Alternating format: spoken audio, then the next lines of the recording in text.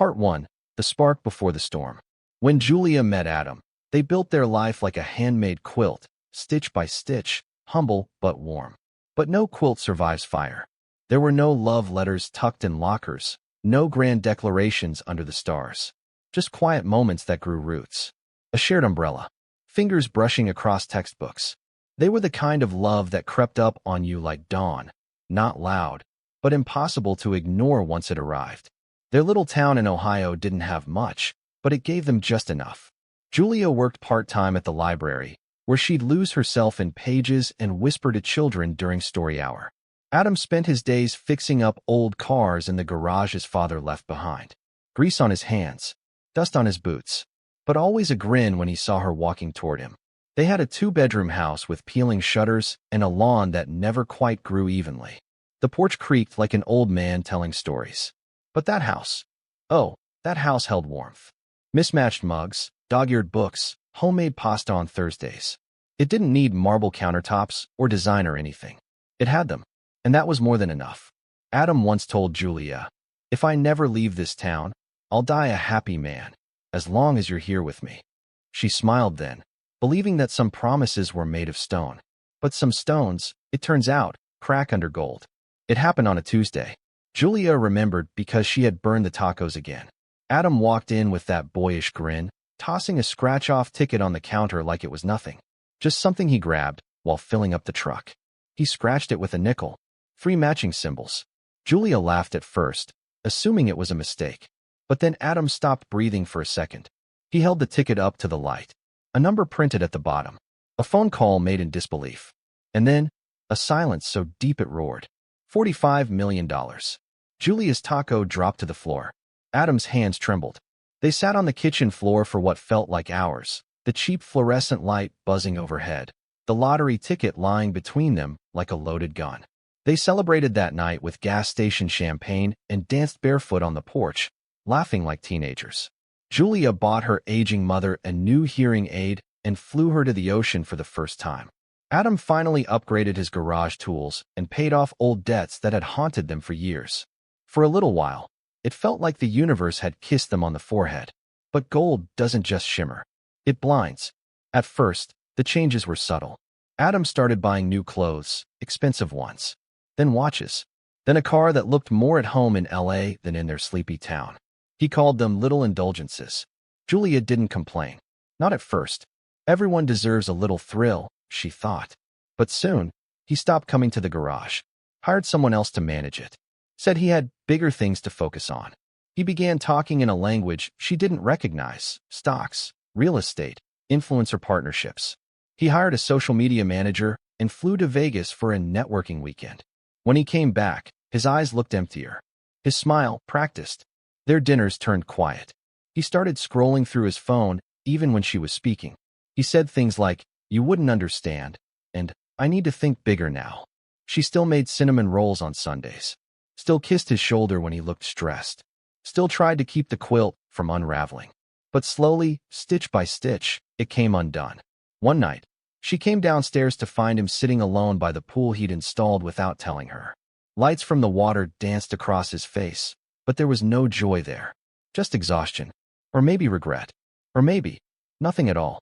Julia sat next to him and asked softly, "Are we okay?" Adam didn't answer. Another night, they went to dinner in the city, some rooftop place with valet parking and $80 steaks. Julia wore her nicest dress, but still felt like a guest in someone else's life.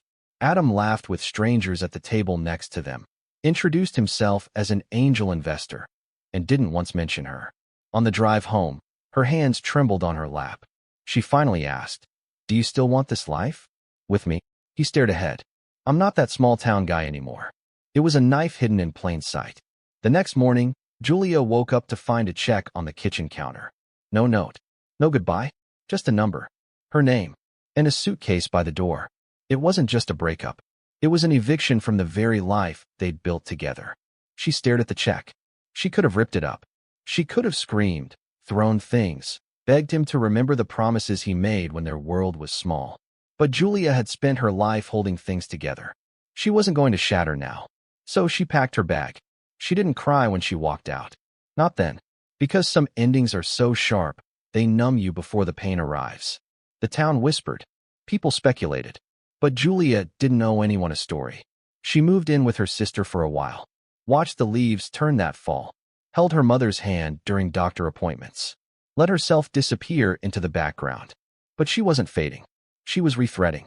And what Adam didn't know, what no amount of money or flash or social media clout could tell him, was that Julia was never just part of his story. She was the beginning of her own. And this wasn't her fall. This was her ignition. Part 2. Betrayal in Silk and Marble. They say wealth doesn't change people. It just reveals who they really are. But Julia learned the hard way that sometimes money doesn't just reveal. It erases. Adam changed almost overnight. The garage? Sold. The steel-toed boots, the grease under his nails, the late-night oil-slicked stories, gone. He bought a black Lamborghini with doors that opened like wings and drove it through town like a billboard that screamed, "I made it." Julia used to joke that his old truck had character. The Lamborghini? It had ego. He started wearing suits that shimmered in the light, crisp shirts stitched with tiny logos no one could pronounce. There were no more dog-eared flannels or scuffed-up jeans. Even his cologne changed. It used to smell like cedar and motor oil. Now it smelled expensive. Cold. He got a publicist. Not for a business. Not for a product. For himself. She called him a personal brand. He called it necessary for exposure.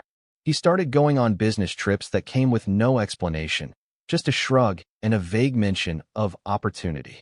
Vegas. Miami. Dubai. Julia would wake up alone in a bed too big, the side where he slept still cold. He changed his phone number. When she asked why, he said something about too many old contacts. "I need a fresh start," he said. "But I'm not an old contact," she whispered.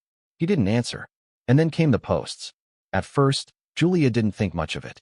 A selfie here. A caption there. But the images got bolder. Adam in rooftop lounges. Adam beside champagne towers. Adam on yachts, flanked by models who didn't even pretend to look like business associates. Women with perfect teeth, angles that caught the sun just right, and eyes that never seemed to blink. Julia saw herself shrinking from his world like a shadow at noon. She tried to keep up, tried to smile at the cameras when he brought them home, tried to laugh at parties where everyone's laughter sounded rehearsed. She bought a new dress, sleek, tight, black. It still had the tag when she took it off and hung it back up. Because when she walked down the stairs that night, Adam didn't even look up from his phone. She started to feel like a ghost inside her own life. Floating through marble hallways she didn't recognize, past mirrors that barely reflected the woman she used to be. He stopped asking her how her day was. Stopped kissing her forehead at night. Stopped seeing her. And then one night, it rained that night, hard. He came home late. Not drunk, not angry, just detached. Julia was sitting on the edge of their bed, folding laundry. The hum of the dryer in the background, the scent of lavender in the air. A normal night. A soft night. Adam stood in the doorway, rain dripping from his umbrella, his shoes too clean to belong to someone who once fixed engines. He cleared his throat. "I've been thinking," he said, like he was discussing real estate. "You don't fit anymore." Julia blinked. "I don't what?" He ran a hand through his perfectly styled hair. "This life. The direction I'm heading. You don't belong in that image." She laughed. Just a little. A short, stunned sound. "Adam, we built this life together." He shook his head. "No. We built that life. The one with leaky faucets and hand-me-down furniture. That life's gone. I've evolved. You haven't." She stood, slowly. "You think evolving means leaving me behind?" He didn't answer right away. He looked down at the floor, then back at her, and when he spoke, his voice was sharper than glass. "You've got a week to leave. No emotion. No apology. Just a deadline." Julia felt the room tilt. Her heartbeat moved from her chest to her ears. "But there's no prenup," she said quietly. "Everything we had before the money was shared." Adam didn't flinch. "Legally, yes. But let's not make this messy." That's when he handed her the check. Clean white paper. Her name typed. The number just enough to make it seem generous. Just low enough to be insulting. And next to it, on the chair she always curled up in, a suitcase. Hers. Already packed. Julia didn't cry. She looked at the suitcase. Then at him. Then at the walls of the house they used to dream about when they were 23 and broke and happy. It felt like betrayal wrapped in velvet. It wasn't just the money. It was the erasure. the quiet rewriting of their history, as if she'd never mattered. As if their late-night grocery runs and first dance in the kitchen and whispered plans for kids didn't mean a thing. Adam had traded vows for vanity, loyalty for likes. She walked out without taking the check, not because she didn't need it, but because it felt like hush money, like the final insult in a long, slow burn. She moved in with her sister, Marlene, who didn't ask questions, who just handed her a blanket and said, "You can fall apart here. We'll catch you." For weeks, Julia barely spoke. She watched the sun rise through unfamiliar windows, listened to rain tapping on roofs that weren't hers. She counted breaths instead of dreams. But pain has a strange way of composting. Given time, it grows something wild. One afternoon, Julia opened an old box she hadn't touched in years. Inside were sketches, pages filled with designs for candles, journals, handmade soaps, ideas for a brand she once dreamed of, Kindred Pages. A name born from her belief that every product should carry a story, a soul. She touched the paper like it was a photograph of someone she'd lost. And just like that, something sparked. Not anger, not revenge, purpose. She didn't need Adam's money. She had something better, her hands, her voice, her story, and a fire, quietly burning, that no check could buy. Part 3, Rebuilding from Ashes. They say rock bottom teaches you lessons that mountaintops never could. For Julia, rock bottom wasn't a crash. It was a quiet, slow descent into nothingness. The morning after Adam told her to leave, Julia packed in silence. She didn't take much. Some clothes, a few books, her grandmother's recipe box. The house that once held love and laughter now echoed like an empty theater after the final curtain. She left without looking back, because if she had, she might have shattered. She ended up in Cleveland, in a tiny apartment that smelled like old wallpaper and leaking pipes. The heating barely worked. The neighbors argued through the walls, but it was hers. And for the first time in months, she had space to breathe. At night, when the silence felt too loud, she opened a box from her old life, one she hadn't touched in years. Inside were tools for leather binding, dried lavender bundles, bits of fabric, blank paper, and old wax seals. Julia used to make handmade journals and candles. Back then, she called the shop Willow Ember, a name that meant soft strength, something easily overlooked, but impossible to burn out. On a whim, she reopened the Etsy page. No fanfare, no big announcement, just a single journal listing, hand-stitched, with the words "Still I Rise" engraved on the cover. She made a TikTok that night. No makeup, no filters, just her hands creating the journal, setting a candle beside it, and writing a note that said, "For anyone who's ever had to start over, this one's for you." By morning, it had 10,000 views. By the end of the week, she had 100 orders. At first, she was overwhelmed. She didn't even have enough postage. She hand-delivered packages to the post office with trembling fingers and a recycled bag. But the messages she got, those changed everything. "I cried opening this. I just went through a divorce. My sister just lost her home. Your kit gave her something to hold on to. Are you an angel? Who makes things this beautiful for strangers?" Julia started making more. Journals with messages of survival. Memory boxes filled with small keepsakes. Candles with names like Grace After Fire and Phoenix Bloom. Every package included a handwritten note, always ending with the same line. "You are not broken. You're becoming." She didn't just sell products. She sold healing. Her work became a mirror for the people who'd been discarded, abandoned, or underestimated. Soon, Willow Ember outgrew the apartment. She rented a tiny studio in an old warehouse and hired 2 women, both survivors of domestic violence, who needed a second chance, just like she did. The brand exploded. BuzzFeed wrote an article. Then the Today Show called. Her TikToks began getting millions of views. Not for flashy marketing, but for raw, unfiltered truth. She'd say, "I'm not here to sell you stuff.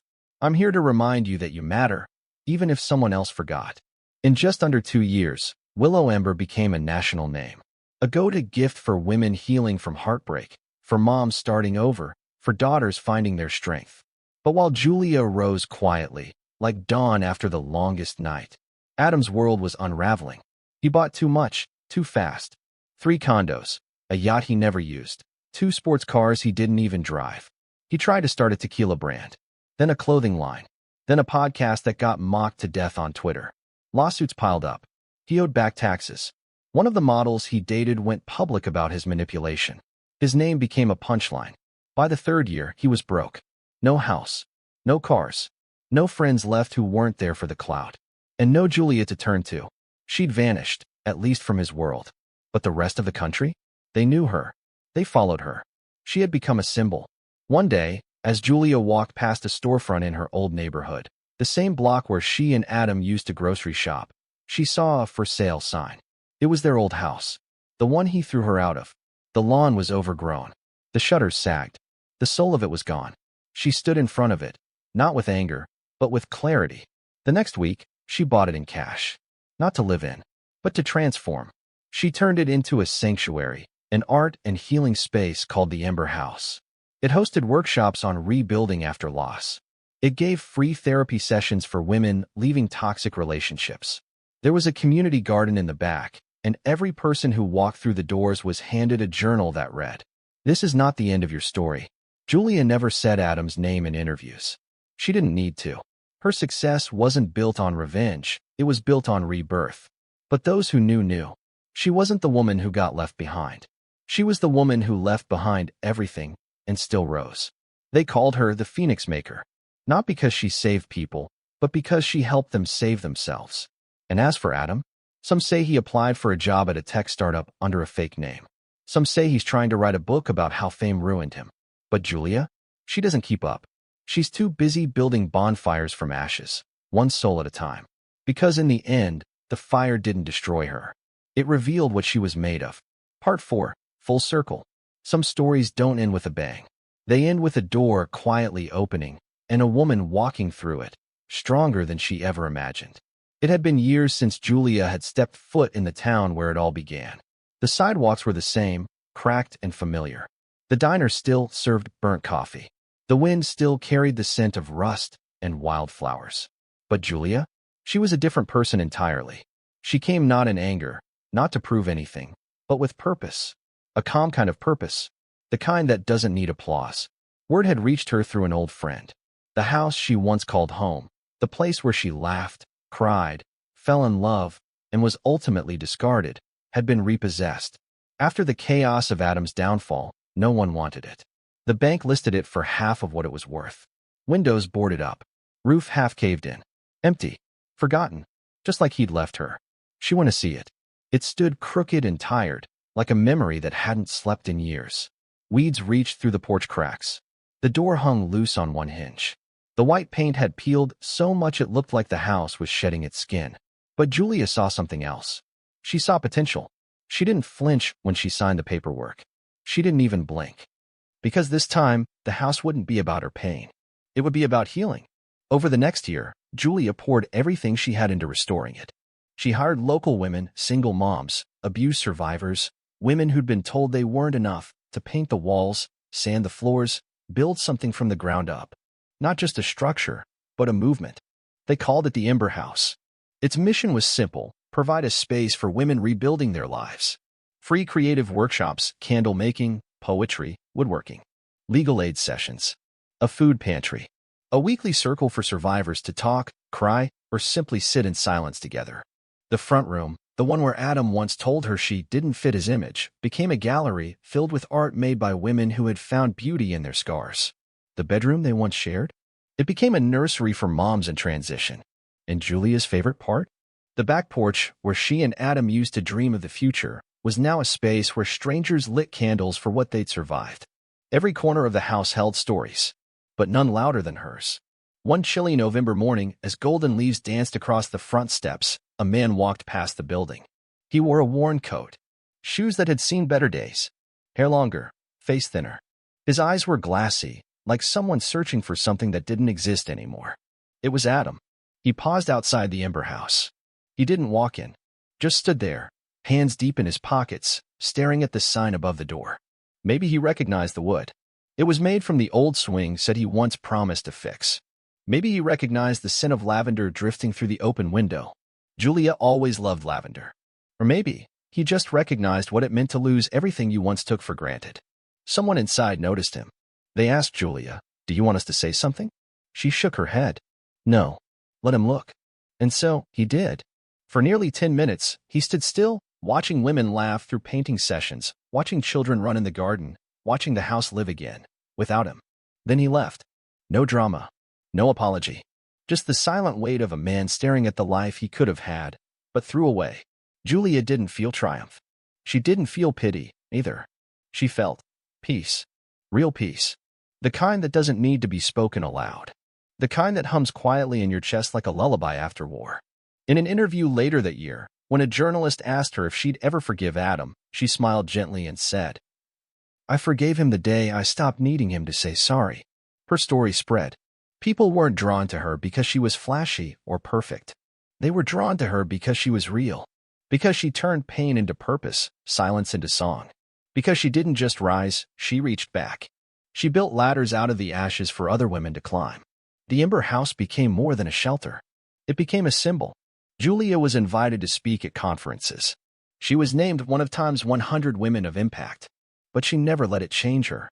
She still packed every Willow Ember order with a handwritten note. Still signed it the same way. You are not broken. You're becoming. And maybe that's the heart of it, really. That life will burn us. It will take things we thought we couldn't live without. It will gut us with betrayal, blindside us with grief. But it will also give us a chance. A chance to start again. To stitch a new quilt from the pieces. To build a home from what was once rubble. To look our past in the eye and say, "You didn't end me. You revealed me." Julia didn't win by being better than Adam. She won by remembering who she was before him. She won by becoming someone even stronger after him. So if you ever find yourself standing in the ruins of something you thought would last forever, think of her. Think of a woman with fire in her hands and softness in her soul. Think of the house with the peeling paint that became a sanctuary. And remember, the ember never dies. It waits, ready to rise again.